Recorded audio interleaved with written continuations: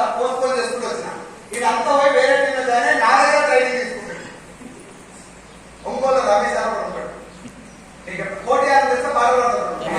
ఆ రమేష్ అనేటువంటి గో పెట్టింది ఒక రకంగా నాకు గో పెట్టింది ఒక అయితే ఆయన గో పెట్టింది సార్ గురువు గారు అని చెప్పి ఒమ్మడు అలా పెట్టాడు. ఆయన నేను ప్లాన్ చెప్పలేదు. వాడు పోయి వేరే టీంలో జాయిన్ అయిపోయి చెప్ప ఆయన నేను చెప్తే అయిపోయా ప్లాన్.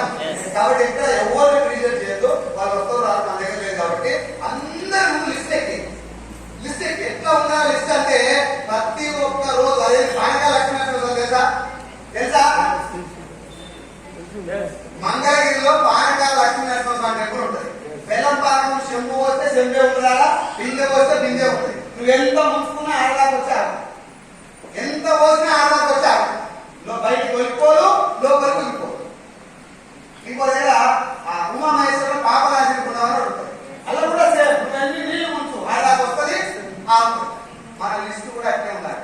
మనం ఏం చేస్తామంటే ఇవాళ జాయిన్ అవుతాం.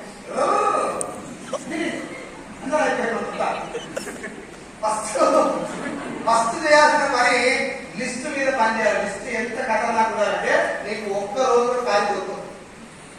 మినిమం 20 మంది ప్లాన్ చెప్పిన వాళ్ళ పేరు ఉండాలి. మీ లిస్ట్ ప్లాన్ చెప్పిన వాళ్ళ లిస్ట్ ఉండాలి. అప్పుడు ఏమనిపిస్తుంది? టైం లేదనిపిస్తుందా, టైం లేదనిపిస్తుందా, కార్యక్రమం అనిపిస్తుందా?